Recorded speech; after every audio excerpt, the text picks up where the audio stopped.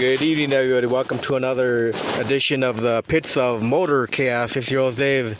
I got line special guest, pro mod driver, Melanie Monagon. How you doing, Melanie? I'm doing well. How about you? Oh, not bad. A little bit chilly up here, but, it's winter time. What do you expect? I expect sunshine. I don't know about you. Oh, we actually did have sunshine today here in Illinois. It was up, and it got to about 56. But I think that's about the last 50-degree day we'll be seeing over here, though. Yeah, I'm in Ohio, and we're experiencing the same thing. 50 degrees in the Northeast is shorts weather, so embrace it before the snow flies, right? Yeah, it's been a crazy year with the coronavirus this year.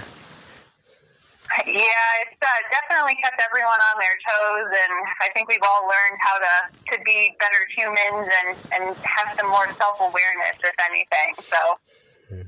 So how did it affect you for drag racing? Did you have a regular schedule still? Oh, no. I don't think anyone had a regular schedule. I think, as with any racer, I think just being able to find time to go to the track and just be behind the wheel, I was willing to take anything I could get. So we did some test sessions. We attended Rock and Race with the Supercharged Thunder group at Dragway 42 in West Salem, Ohio, which was fun. But that was really the only formal event we went to. Norwalk, or Summit Motorsports Park, I should say, unfortunately didn't open, which is where I spend a lot of my time. So, again, we just enjoyed being able to get out there and make some passes. And if anything, you know what? Get ready for next year. As they say, there's always next year. Yeah, so, well, at least you didn't have too much, damage on the car not running this year, so the car is ready for next year, huh? Absolutely. We are transitioning to a different setup. So I purchased the Mustang in 2016, and we decided to put the motor I had in there from my Gremlin. So I had a 72 AMC Gremlin that I ran for about 16 years. So it was a good way to kind of get acclimated to the car. Well, this year we went in, full throttle. We have a new blower. We have new everything. And then, unfortunately, COVID hits, and, you get limited opportunity to try and test and tune, and the next thing you know, everything was done and over. So it gave us a little bit of information to prepare for next year. The car is currently in the garage. It's a little naked right now. We're putting some new rear-end gears in to prepare for next season and hope for the best. But, again, we'll be ready, that's for sure. So you got a screw blower on that car? No, it's a Ritz blower. Ritz blower. And what kind of tires are you using? Hoosiers? We actually run Goodyears. So, I was pretty convinced when I had my Gremlin, Mickey Thompsons were the best thing out there. But having the Goodyears, I don't think I could ever go back. So, me and my dad often joke, with the Gremlin was a wheel-standing handful of a car. I can only imagine what it would have done if we actually would have put Goodyears on it and it hooked even harder. I probably would have been going to the moon in that case. So now with the other engine in it, how fast did you get that car to go? What was the fastest runtime you had with that car? Honestly, we haven't been able to make a full test hit. We had 8-mile gears in the car, which really it almost acted like a governor with the motor. So when we tried to turn up the blower, it just kind of counteracted everything. So we're going to switch over to some 411s and see what it can do. My goal next year, while the car is a pro mod, I am actually going to be running Top Sportsman with it. So I'm looking to be somewhere between hopefully 720s to 730s to start. And who knows, it's always bigger, better, faster for for a racer. So I'm sure that'll never be enough. I won't be happy till I'm going, 500 miles an hour with my hair on fire. So what year did you start drag racing, Melanie? Oh, gosh. Believe it or not, I actually started drag racing in 2000. I was 12 years old when I began racing. My uncle was a drag racer. My dad is a through-and-through gearhead, drag racer, circle track. He has a huge background with sprint cars, World of Outlaws. Growing up, my dad was always working on something in the garage, and the Gremlin was one of those things. And, I didn't choose the Gremlin chose me. We converted it into a race car when I was young. I decided one day, Dad, I want to try that. And boy, did he get more than he bargained for. And, first it started, Dad, I want to go 13s, and Dad, I want to hit 11 seconds. And then the next thing you know, we've got an 8-second gremlin, and I've got goals and aspirations to somehow land in a pro mod, which I am so proud that I was able to do and accomplish. My dream was actually to run pro mod. However, as competitive as the pro mod racing field has become, you definitely need some serious sponsorship backing and, a deep pockets for that. It's just, when you see what these guys are doing, not just with pro mods, but some pro mods on radials and, 350s and, you see Melanie Monagon and Stevie Fash trying to knock each other out for the record. It's like, whew, it's quite ambitious to try and run pro mod. But next year will be my 21st year of racing, believe it or not. So the Gremlin, you started driving that car what year? 2000. It was a 16-second car when we first put it on the track. My dad, I think was interested to see how committed I was going to be to this before he decided to, make it faster or turn it into a full-fledged drag car. It was actually a car show car before we converted it, and every year we just took additional steps, and it turned it into a ladder bar race car, and next thing you know, we're putting wheelie bars on it, and parachutes, and to infinity and beyond. So I've definitely kept my dad on his toes over the years. So what was under the hood of the Gremlin? Blown alcohol, 350 small block. So another blower motor. If it's got a blower, I want to drive it. Nitrous, turbos, that's, everyone has their thing. I'm a supercharged person. Give me boost, give me a surging blower car. There's nothing like it. Just to feel that type of horsepower, it is the best thing ever. Oh, yeah, they're nice and loud, too. They blow heads off when you do a burnout out there. Oh, yeah.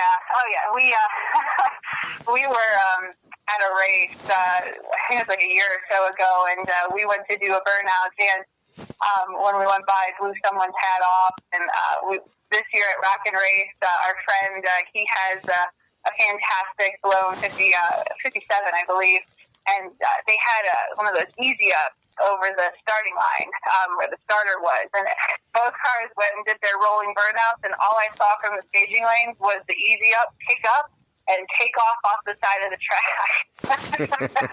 So, pretty entertaining. I was like, does anyone else see that? All you saw was everyone run after it, trying to chase it. Wow. Yeah, it's pretty cool with the pro mods. You got so many different kinds of pro mods racing against each other. Like you're talking about the nitrous and supercharged, and you got the twin turbos and the blowers. So there's so many different varieties. Then you got it naturally aspirated. Yeah. I think that's what makes it so competitive is everyone has a different niche, right? You've got your diehard turbo people and, your supercharged people, the nitrous people, it's interesting to see them run against each other. It takes a nitrous car almost 1,000 cubic inches to keep up with a 500 and some cubic inch blower car with a screw blower, right? So it's interesting how those combinations can drive competitiveness between individuals. Yeah, we got a pro mod group over here in the Midwest that I watch all the time called the Chicago Wise Guys. They got a whole different variety of cars in there. Keeps it interesting, and it's funny because you see people after so long. I feel like the evolution of street outlaws and what the no prep scene has turned into has kind of inspired a lot of people to go and change their combinations, right? And maybe go from big block nitrous to small block turbos, or trying the pro charger route or different things like that. So. I feel like some of those outside influences, encourage people to maybe try something different. I'm not going to be one of those people. You'll never, if there's a blower car, it's like a dog with, I could hear it anywhere. I'm definitely committed to my craft. So now with the Gremlin, Melanie, what's the fastest pass you've made with the Gremlin? We ran 885 with the Gremlin at about 170 miles an hour, which, for a 96-inch wheelbase car was quite the experience. But If anything, driving that car for 16 years gave me the experience I needed to become a good driver. So I'm definitely thankful for that. Not so thankful for the wheelies and maybe an occasional broken front end every once in a while, but, that's racing. So now, after all the years of racing, what still keeps you passionate about racing? I have always been a very goal-driven individual. I'm never satisfied with where I'm at, whether it's my career or whether it's my race car. I always want more. I'm one of those people. I set very lofty goals for myself, and I thrive on being able to meet those goals and see what I can do to challenge myself. I told my dad, when I was younger, with the Gremlin, Dad, I'm going to get that car on TV. And my dad's like, okay. And we did. So we ended up doing pastime up in Michigan. And I told Dad, I'm like, you know what? I'm not quite done. I want to get that Gremlin on TV again. So we did one and done. So I really thrive on what's next. And for me, it's always, what can I do to be faster? What can I do to be more competitive? I don't know many race car drivers that are ever completely satisfied. We always inside, I think, want a little bit more.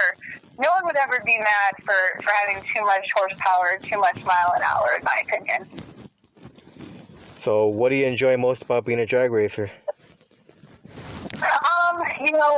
Obviously the car, and the experience. So having the race car and growing up, with my dad, he has taught me the ins and outs of building motors, tuning motors, taking everything in and being more than just a driver. That's probably one of the most valuable things to me is that time I spend with my dad. It's invaluable, right? It's memories I will always have.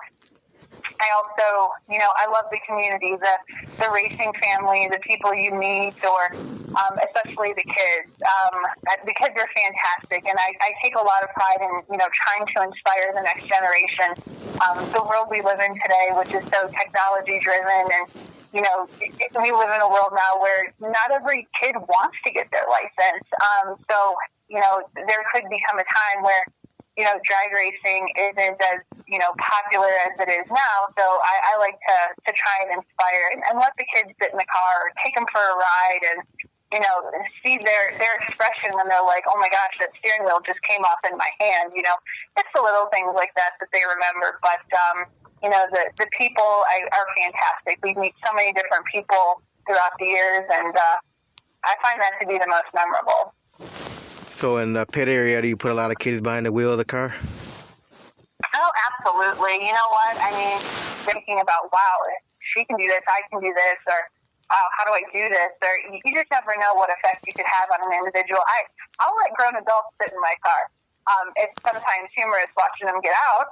There's a lot of bars to climb over and stuff, so that's I always like to play some tricks on my friends, but I think it's important for kids to experience different things or find out, what they may or may not like. If it's a car, great. If it's not, at least they have the experience and it's a memory they'll have. Yeah, memory of a lifetime. Absolutely. The kids are the future, maybe one of those kids that you sit in the car will be a future, big NHRA driver. You never know. You don't. I actually, when we did one of the TV shows with the Gremlin, I think it was Pastime up in Michigan, I remember we were at a race at Norwalk, and I came out of the trailer, and this gentleman and his son were standing there, and I, said hi, and they're like, are you Melanie? I said, yes, I am. And he's like, my son has watched your episode of Pastime over and over and over on TV. So I kind of have this little mini fan. Here come to find out, his grandpa and his dad were huge into motorcycle drag racing, and for some reason, me and this kid connected. I used to take him for rides around the pits, when I would warm up the Gremlin, spend time with them, and, he also... He didn't hesitate to keep me in check. I remember one time during a time trial, I think I cut like a 25 light, and he's like, I just want to let you know, Melanie, your light was 025, and you could be better. You need to be better than that to win. And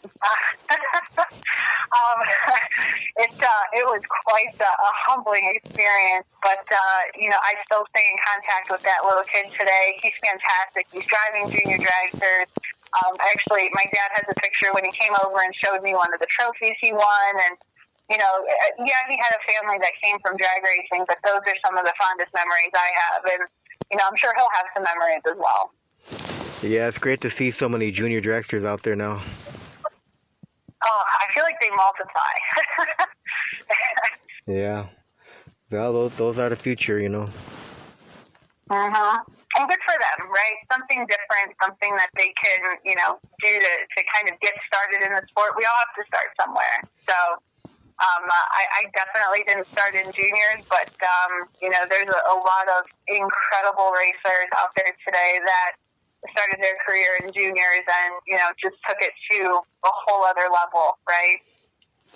Yep, and you never did bracket racing either, right? No, I bracket raced the Gremlin. Oh, you did do bracket racing, okay. Yeah, I bracket race the Gremlin. I do prefer more of a heads up, or if I'm going to bracket race, I prefer to be in a top sportsman, 200 mile an hour type capacity. I'm a little bit more competitive. So, I started doing that with the Gremlin, and then kind of, found out what I did and what I didn't like. I don't dislike bracket racing. I just prefer to do it at a much higher rate of speed than most. So you prefer quarter mile or eighth mile? Quarter mile. Eighth mile is great. I understand safety precautions around eighth mile, but I sure as heck do not build my car to go half the distance. I want to go the whole way. I'm all in. Well, hopefully that car will get out there next year. Hopefully we have a better year and you can get racing and get that car going over 200 miles per hour.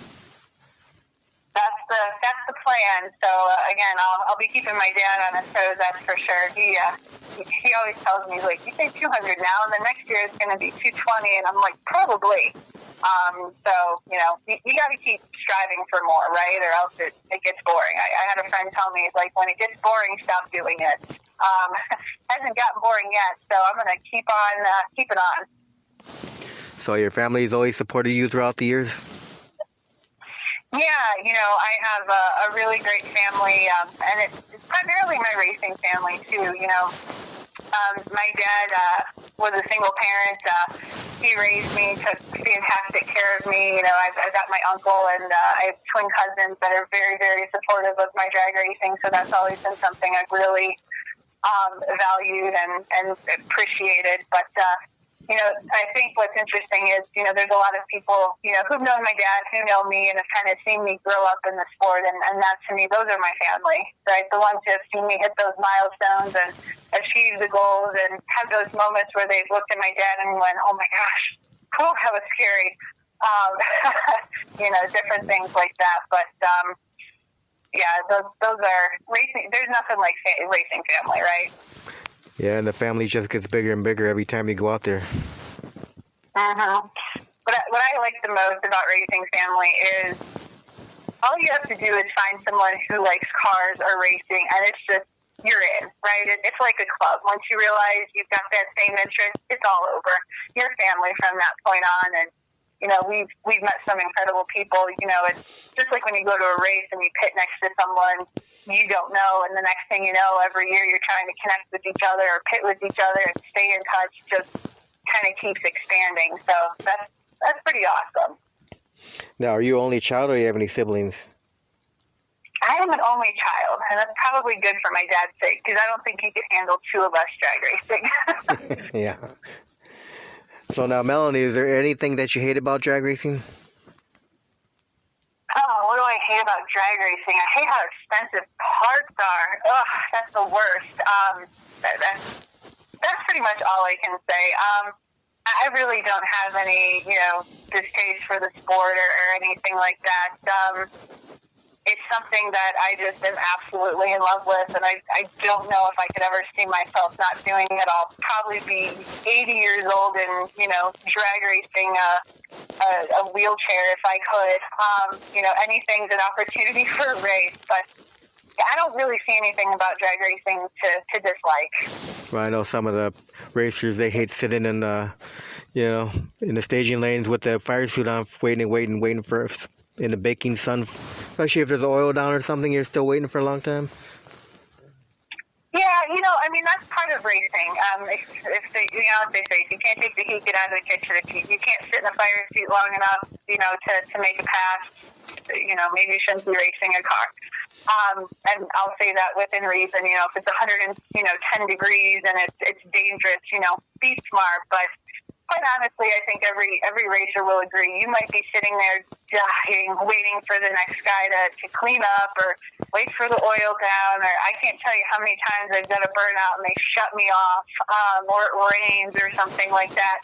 But the moment you fire that car back up and you're ready to go, you don't remember you're hot. You don't remember, you're sweaty and gross. You are so focused on going A to B. That's all that matters.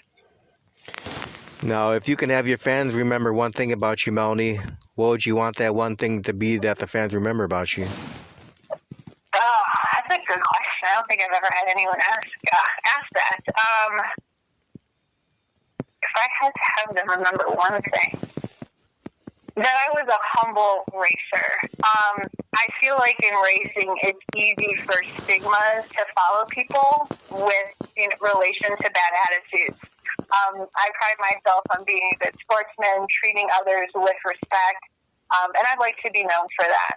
I'm not the type of person who's going to get in someone's face or, get, keyboard happy on Facebook. In my opinion, cars talk, right? If you want to do something, let's race. But you're never going to see me, being rude to someone. I'd rather help someone and pick them up than push anyone down. And I'd like to be known for that and being a good sportsman and being a good racer, and a good driver, right? I've been tested over the years driving a Gremlin, doing wheelies, blowing tires on the top end. I've had lots of challenges, so I hope that people remember me as a good, good driver and a good sportsman. Now, are there any drag racers that you looked up to or inspirational to you when you started drag racing? Not specifically. I think I've kind of just got a love and respect for all racers and what they're doing, whether it be someone who's driving a nitro bike, a Jet Kenworth, or a Pro Mod. I think I admire different people for different things. I'm not focused on any one person. I think it changes too, because everyone's trying to accomplish something or do something different, and that's what I admire the most is, an individual's ambition or willingness to try and not be afraid to fail. I look up to people like that because it's hard, right? It's easy for someone to come up and tell you shouldn't do this or you should do this. Everyone's got an opinion about what you should do, could do, or need to do with the race car, and sometimes that's hard for people to handle. So I really respect and look up to people who, ignore that and focus on what they want to do and stay true to themselves. All right. Now, if there's anybody listening to this interview, it could be a young person or older person, and they're thinking about, I want to start drag racing, what kind of advice would you give them? Start somewhere. I took an 18-second Mustang down the racetrack for the very first time. Get out there and see if you like it. Try it. Build from there. It's a lot easier to, work up to something than, get into a 3-second 8-mile pro mod and put yourself in a dangerous position. To me,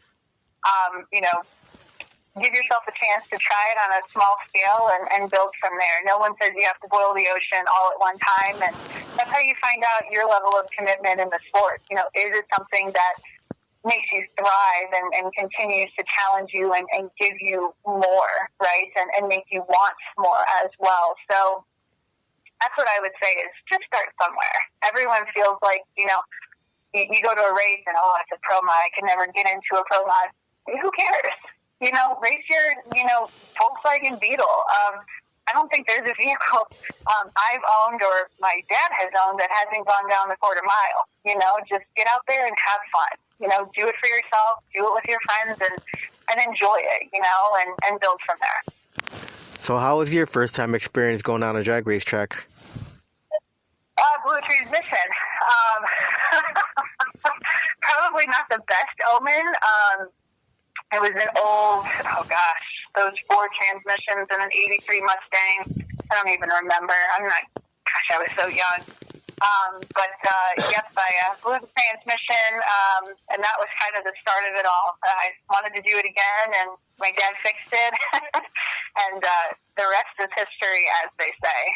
So no nervousness at all? I'm not a nervous person by nature. I've always been very focused and level-headed. You could put me in front of 1,000 people and tell me to do a speech, and I can. You could put me in a car, and the first time I raced the Mustang, I think my dad was more nervous than I was.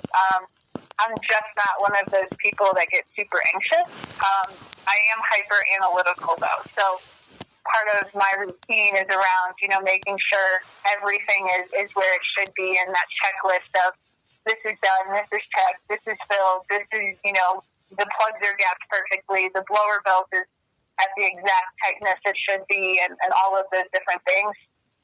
That's where I get a little overcritical. When it comes to actually getting in a car, I'm not a nervous person. It's just not my style. It's like when people burn down each other on the starting line. I'll sit there all day. I got time. It doesn't bother me one bit. So, not a nervous person, and I wasn't nervous to go down the track. All right. Now, currently, who are your crew members? Right now it's me, my dad, and we have a friend that helps us with tuning. His name's Lenny Monagon. He has been teaching me a lot about fuel injection and blower tuning, so I'm eternally grateful to him for taking the time to kind of share his wisdom with me. And I like to keep my group small. I feel like sometimes too many crew members means a higher risk of, human error. One bolt not tight enough, or, again, accidents happen when you have a lot of people doing different things on a team. It's my preference to just keep that circle small and minimize that risk, in my opinion. Like I said, I'm hypercritical about that type of stuff, so if I can keep that circle small, hopefully the, human error component will be small too. All right, now who are your sponsors besides Kelly Temp Services? So Kelly Services has been my sponsor for, it's been so long. So since probably 2012, 2011 maybe, is when we started it with the Gremlin. I owe quite a bit to Scott Rods. They are the gasser organization that focuses on all of those fantastic, glittery, sparkly gassers that you see out there, doing fiberglass body work. Scott has helped us so much with a lot of repairs we need to make with the Mustang, or recutting a hood so a blower fits. Him and his son are just fantastic. So I owe quite a bit to Scott. But Kelly Services has been my primary sponsor, and it is quite an honor and privilege to not only be sponsored by a company like Kelly Services, but to also work for an organization that you can share your passion with. I think that's really cool. So, and that means a lot to me. Now, you have other smaller sponsors too, right? I'm working on some additional sponsors. We were looking to dive into that in 2020, but hey, COVID. That's pretty much my excuse for everything. So I would definitely like to expand my sponsorship portfolio and, help some businesses get some, much needed attention on a pretty awesome car, in my opinion, and help them drive some business. All right. Now, when you get out there on the track, do you have any pre-race rituals or superstitions when you get out there? No superstitions, aside from asking my dad 10 times, are the parachutes on? I really like to make sure those parachutes are on. My dad always gives me a handshake when I go up there and race, so that's kind of our thing. We've got a little secret handshake, and like I said, it's not necessarily a superstition, but it's a habit. I will ask my dad at least 3 times, are the parachutes on, are the parachutes on? Because when I'm in the car, they're air chutes. I can't feel them turn on. I just like to know just a little extra layer of security, just they're on. They're like extra on. So I know my dad is very patient with me with that. Yes, they're on. Yes, your chutes are on. Okay. I feel better now. So you don't have to get in the car the same way all the time or put your gloves on a certain way every time? No, I think, to me, I feel like that's where you can get yourself in an anxious position where if you don't follow a ritual, I feel like you can let it intimidate you maybe and feel like, oh, I should have done this and I didn't do this and I didn't do that. And I think you can drive yourself a little crazy or, drive your nerves a little bit too with that type of thing. It's just, hey, I put my gloves on one hand at a time, right? Yep. Now, is there a lot of preparation to get ready for a weekend of drag racing for you? Oh, absolutely. It's never ending, it's making sure you have all of the necessary parts and replacement parts in every wrench, and everyone's got certain wrenches that do certain things and making sure you don't forget anything. So we've got a pretty good rhythm down. That hypercritical personality that I have, I'm pretty good at making sure, if I have to make a list, I will. If we're going somewhere, far away or whatever, making sure we don't forget anything. It's definitely a lot of work, but we've got it down. I think after 20-some years, we've got a rhythm. It's not to say that every once in a while you don't leave something at home, like a generator the one year, which, whoops. But that's what racing family is for, If someone was there to help us and, help charge a battery, sometimes it happens. We're human. We forget things, but I try not to do that if I can avoid it. Yeah, that's the nice thing I hear. Stories from all the drivers about drag racing. That there's always other drivers, teams willing to help you out all the time. Yeah, it was funny. We ran the TV show One and Done, and when we were in the pits, we noticed that the valve stem on the tire was just leaking the tiniest bit of air.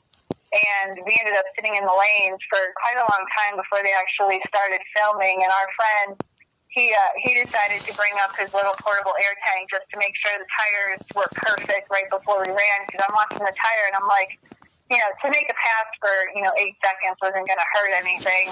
But sitting there that long, watching the tire pressure go down after like 4 hours and being stuck in the lanes, I'm like, Houston, we have a problem. And he was one of the first ones there to make sure we had air in our tires, and it all worked out. So. Wow. Yeah, that's awesome. So now, do you have any favorite tracks to race on, Melanie? I absolutely love Summit Motorsports Park.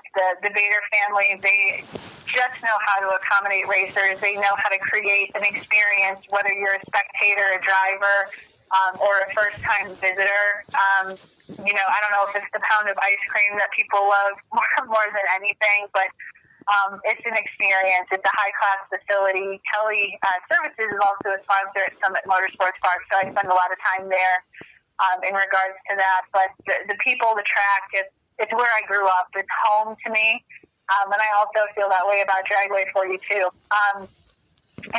Dragway 42 spent a lot of time revamping their track and putting a lot of money into it for the racers, and it is a fantastic facility. I really enjoy spending time there just as much as I can at Norwalk. So we're really lucky here in Ohio to be surrounded by some great tracks, but those are 2 of my favorite places to be. So the Matcham family at 42, they treat everyone like family. It's such a comfortable environment, right? There's no pressure. It's, everyone gets along. If you need something, they're there to help you, or if you need to make a pass because you want to test something, they're always willing to try and help or accommodate where they can, and that's always really nice to have. Yeah. Now, where do you get all your fire safety equipment from? We do everything pretty much through Stroud. Fire bottles and all of that, all the gear and that, pretty much through Stroud. fantastic company, really great if you need any help for anything. Parachutes, now we just reordered the parachutes last year, put some green parachutes on the Mustang. Got to have things match, right? I mean, that's kind of, you got to have green parachutes with a green car. So we got those through Strauss. Really like that organization. They take great pride and have excellent quality products. So I definitely feel safe with what they provide. All right, now what are some of the milestones that you've reached in your racing career so far? Oh, goodness. So many different things. Just, when I was younger, trying to keep going, faster from, 13 to 12, 11, so on and so forth. And then trying to get the Gremlin on TV and in magazines and, doing, other types of radio shows and things like that, trying to get as much exposure as possible. I spent, 20 years putting myself out there, meeting with people, taking the time to promote myself, promote my car and sponsors, and make sure that it's visible, right? So I feel like that's a huge milestone for me. One of the milestones I'm probably the most proud of is getting my pro mod, and then being able to have a pro mod that's sponsored by the organization I work for. That is truly humbling and something I will be eternally grateful for. It's a relationship and a family at Kelly like I've never experienced, and it's really great to have that type of support. So that is definitely one of the biggest milestones in my career, is being able to have a car like this and share it with the organization I work for. That's awesome. That means a lot to me. All right, now throughout your drag racing career, have you had any accidents or close calls? Yeah. You drive a Gremlin, things happen. You got a 96-inch wheelbase car, so anything from doing wheelies to I had a front tire issue at the top end at about 160 miles an hour. It blew my fender almost off my car. I had an oil catch can. The bottom of the oil catch can actually came off when I left the starting line with the Gremlin, so I went from 0 to wall in 2 seconds. However, I've always been very lucky and grateful to have never wrecked my cars. So whatever forces that be that protect me or has been there in those tense moments, I definitely appreciate. So I've been tested, but no accidents or no wrecks, just, the typical close calls that have shaped me as a driver and made me more self-aware of those situations. Yeah, well, knock on wood, you won't have any accidents. Yeah, I hate talking about it. It makes me feel nervous because it's one of those things I don't want to jinx myself. Yeah, especially driving, these fast cars that go over 200 miles per hour. It's always a risk out there. Yeah, the racetrack's an equalizer. Whether you're going 12 seconds or you're going 6 seconds, anything can happen to anyone. So you got to be prepared, and you can't underestimate a car. Like I said, it's not necessarily how fast it is, but everyone is susceptible to, parts malfunctions or, just those situations where, things happen. That's racing, and we all have to be prepared for that. Yeah, good thing is that they build these cars pretty safe now. Yeah. My car feels like an Rubik's Cube of roll bars, but I definitely feel safe. And, when you see some of these pro mod accidents, and to see people get out of the car and walk out of them, it is worth it to have all of that equipment. You can never have too much safety equipment in a vehicle, in my opinion. And I would say to anyone, kind of one of my pet peeves I've noticed in bracket racing is there is a tendency to loosen belts in order to look for the car that's coming for you, right? If you're first one down the track and you're being chased, I've seen some racers do that, and I would just say to those people, just wear your belts, tighten your belts, because you never know what could happen. I see that happening, and, the other thing is, too, kids see that, people watch that, and then they want to do it, too. So that's kind of, safety is one of my biggest pet peeves, and I don't like seeing stuff like that. Yeah. Now, what's been one of your most memorable wins?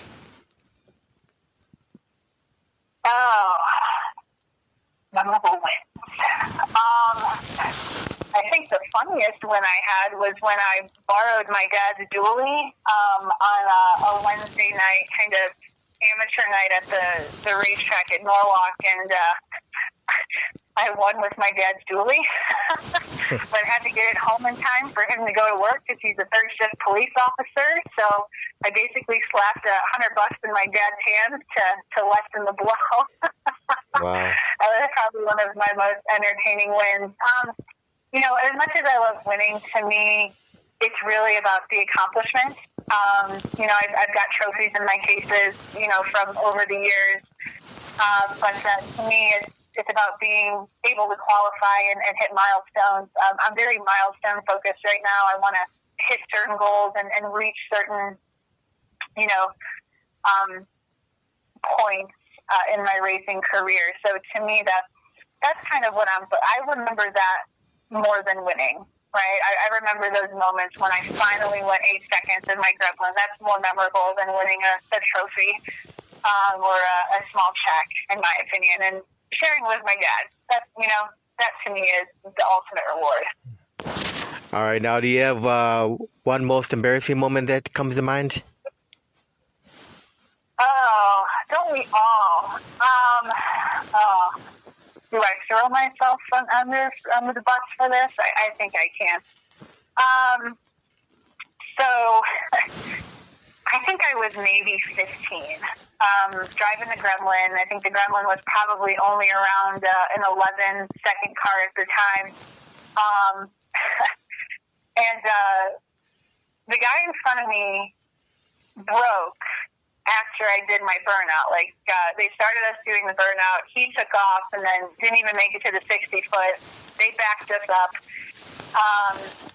I was more focused on watching the car and the cleanup process that when I resumed my burnout and I let off the gas, I was still in reverse.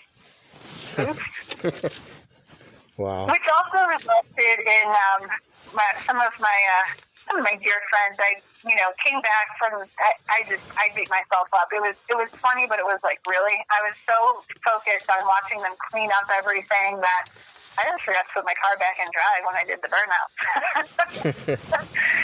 And I came back or whatever, and I had walked away and talked to a friend or something, and came back, and some of my great friends were kind enough to put arrows on my fenders for me for the next time. Wow.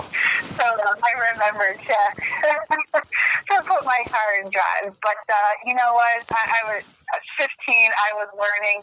And the great thing about drag racing is when you make a mistake, usually you don't make it twice.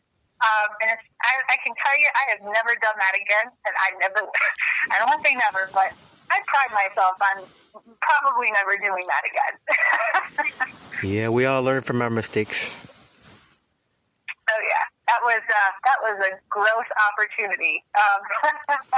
It makes me laugh now, but if I wasn't sunburned, I would have turned 10 shades of red that day. Yeah. So now, if people want to, follow you, see where you're going to be racing at next season, what's the best way for people to find where you're going to be at? You know what? I'm on Facebook, Instagram. If you Google me, Melanie Monagon, Kelly Services, you will find me. You will find pictures of the Gremlin, the Mustang.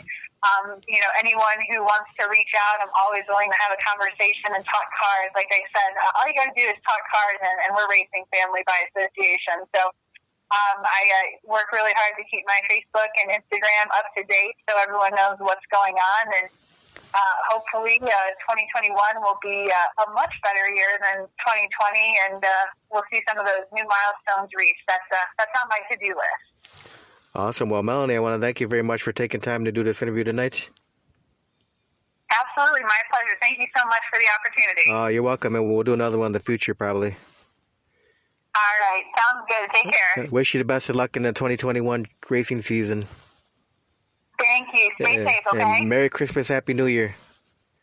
All right. Merry Christmas. Bye-bye. Okay, bye.